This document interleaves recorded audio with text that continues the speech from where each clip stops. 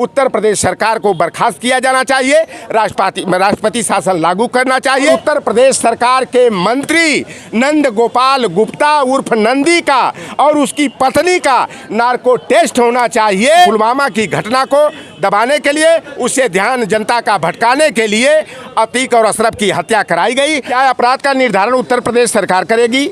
क्या अपराध का निर्धारण भारतीय जनता पार्टी वाले बेईमान करेंगे? उत्तर प्रदेश के सरकार के कुछ मंत्रियों का, पुलिस के बड़े अधिकारियों का हाथ रहा है इस अतीक और अशरफ की हत्या कराने में। जो अतीक का अशरफ का जो है हत्या कराई गई है प्री प्लान्ड योजना के तहत। अरे भाई, वो लवंडे जो हैं अभी जिनके घर में खाने का ठिकाना नहीं बराबर है, वो 7 लाख की, 8 लाख की, 10 लाख का मेड इन तुर्की जो है और मॉडर्न जो है, इतना वो पिस्टल कहाँ से आ गई? यह पिस्टल की व्यवस्था किसने किया? इसकी जांच होनी चाहिए। और उत्तर प्रदेश सरकार के मंत्री नंद गोपाल गुप्ता उर्फ नंदी का और उसकी पत्नी का नार्को टेस्ट होना चाहिए और उसका लाइव डिटेक्टर टेस्ट होना चाहिए, ब्रेन मैपिंग टेस्ट होना चाहिए।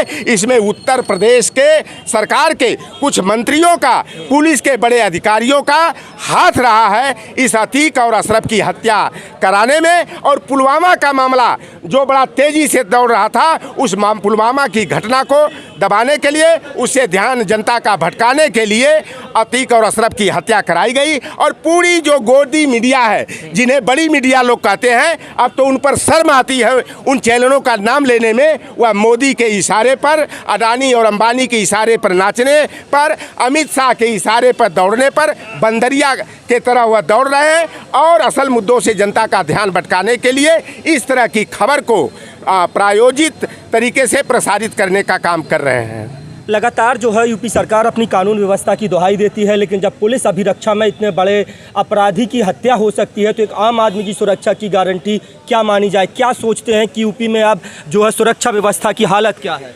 क्या अपराध का निर्धारण उत्तर प्रदेश सरकार करेगी? क्या अपराध का निर्धारण भारतीय जनता पार्टी वाले बेईमान करेंगे?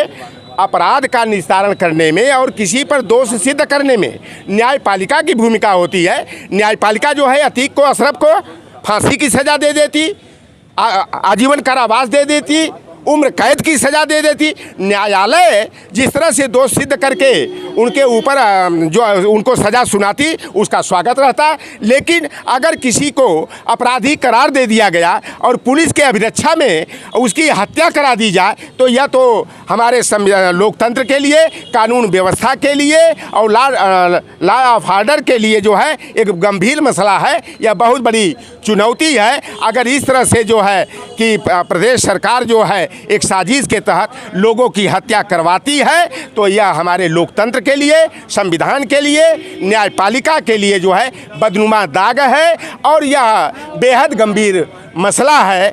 और इसलिए मैं पुनः जो है माननीय उच्चतम न्यायालय के मुख्य न्यायाधीश जी से मैं निवेदन करता हूं कि इस मामले का स्वतः संज्ञान लेकर के उत्तर प्रदेश सरकार को बर्खास्त किया जाना चाहिए, राष्ट्रपति शासन लागू करना चाहिए। और जितने भी अतीक और अशरफ को अपनी अभिरक्षा में लेकर के पुलिस वाले गए थे, उनको निलंबन करने से काम नहीं चलेगा, उन्हें नौकरी से बर्खास्त होना चाहिए और प्रयागराज के पुलिस कमिश्नर को भी बर्खास्त करते हुए उस पर जो है 302 का मुकदमा कायम होना चाहिए। अंतिम सवाल रहेगा, जिस तरह से पुलिस अभिरक्षा में अतीक और अशरफ की हत्या कर दी जाती है, हत्या आरोपी जो लवलेश सनी और अरुण मौर्य जिनके नाम सामने आ रहे हैं, उन्होंने जैसे ही हत्या की उसके बाद जय श्री राम के नारे का उद्घोष करते हैं। जय श्री राम के नारे को तमाम मेन स्ट्रीम मीडिया दबाने की कोशिश कर रहा है, सांप्रदायिक नारा बता रहा है, उस पर आप क्या कहेंगे? देखिए, वो तो एकदम सिद्ध है कि वह भारतीय जनता पार्टी को वो विश्व हिंदू परिषद से जुड़ा हुआ उसमें एक सदस्य है। एक और जो है भारतीय जनता पार्टी का कार्यकर्ता है, वो तो भारतीय जनता पार्टी के ही कार्यकर्ता हैं। और जय श्री राम का नारा दे करके यह हिंदू और मुसलमान करने का जो षड्यंत्र करते हैं, यह बहुत ही शर्मनाक है, बेहद चिंता का विषय है।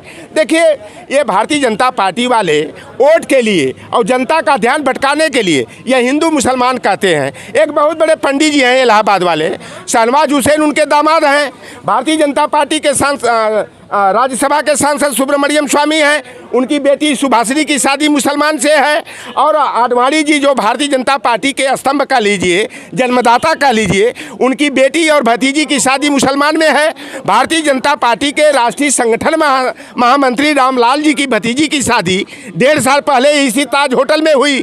और केशव प्रसाद मौर्य आदि जैसे तमाम भारतीय जनता पार्टी के बड़े से बड़े नेता और मंत्री जो है वहाँ पर लड्डू और मलाई खाने के लिए गए थे, तब हिंदू और मुसलमान नहीं दिखाई देता है। जो मोहन भागवत जी आरएसएस के प्रमुख हैं, उनकी भतीजी मुसलमान से शादी करती है तो हिंदू मुसलमान नहीं दिखाई देता है, एक नहीं। और देख लीजिए अशोक सिंघल अंतर्राष्ट्रीय हिंदू महासभा के जो है अंतर्राष्ट्रीय अध्यक्ष थे, और उनकी भतीजी और संभवतः बेटी मुख्तार अब्बास नकवी की घरवाली बनी है तो हिंदू मुसलमान नहीं दिखाई देता है। केवल जब जनगणना की बात आती है, जब ओबीसी के सम्मान की बात आती है, ओबीसी की जातिवार जनगणना की बात आती है, कार्यपालिका विधायिका न्यायपालिका में प्रतिनिधित्व की बात आती है तो इनको हिंदू मुसलमान दिखाई देता है। तो यह भारतीय जनता पार्टी पूरी तरह से पाखंडी और ढोंगी है। इसको हिंदुत्व से कोई मतलब नहीं है, इसको बस मनुवादियों से मतलब है। और we or our nationhood defined और बंच ऑफ थॉट्स जो गुरुवलकर की 2 किताबों की नीतियाँ हैं, उन नीतियों को लागू करने के लिए जो है यह पूरी तरह से आगे बढ़ रही है। इसलिए बड़ा चिंता का विषय देश के सामने है कि लंबे संघर्षों के बाद जो देश को आज़ादी मिली और जो लोग अंग्रेज़ों के लिए जो है मुखबिरी का काम करते थे, अंग्रेज़ों से माफ़ीनामा लिए, आज वह अपने को राष्ट्रभक्त बता रहे हैं, राष्ट्रवादी बता रहे हैं। आज वह देश को पुनः जो है गुलाम करने का और देश की अर्थव्यवस्था को तहस नहस करने का, चौपट करने का, देश में बेकारी, बदहाली, भूखमरी, तंगहाली और बेरोजगारी बढ़ाने का षड्यंत्र कर रहे हैं। नगरीय निकाय चुनाव में पुलवामा हमले का और अतीक और अशरफ की हत्या का क्या नफ़ा और नुकसान, किस तरह से आप नगरीय निकाय चुनाव को लेकर के देख रहे हैं इसको? देखिए, पुलवामा की जो सच्चाई जनता जानने वाले जो लोग हैं, सोशल मीडिया की बड़ी अच्छी भूमिका है कि घर घर में आज सोशल मीडिया चल रही है। बड़ी मीडिया जो टीवी चैनल है तो उस पर अब बहुत कम जा रहा है।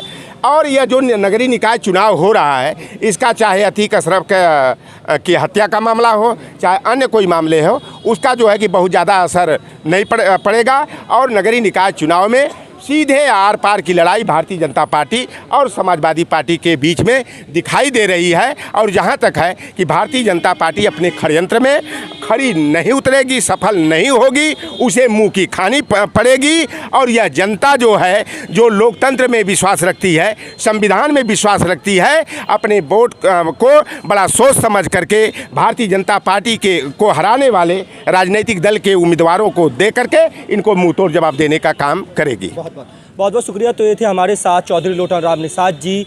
चौधरी लोटन राम निषाद जी समाजवादी पार्टी के पूर्व पिछड़ा वर्ग प्रकोष्ठ के प्रदेश अध्यक्ष रहे हैं, अब जो है भारतीय ओबीसी महासभा के राष्ट्रीय प्रवक्ता हैं, फायर ब्रांड नेता हैं, तमाम मुद्दों पर बेबाकी से अपनी राय रखते हैं। और उनका साफ तौर पर कहना है कि पुलवामा हमले से जो है, पुलवामा का जो हमला हुआ उससे कहीं ना कहीं जनता का ध्यान भटकाने के लिए अतीक और अशरफ की जो हत्या है वो पूरी तरह से प्रायोजित तरीके से की गई। और उसमें जो है वो सीधे सीधे आरोप सत्ता और जो है शासन प्रशासन पर सवाल खड़े कर रहे हैं। आप लोगों की क्या राय है, कमेंट बॉक्स में अपनी राय देना ना भूलें। अपने साथी कैमरा पर्सन आनंद के साथ लखनऊ से इमरान मंसूरी की रिपोर्ट। नमस्कार।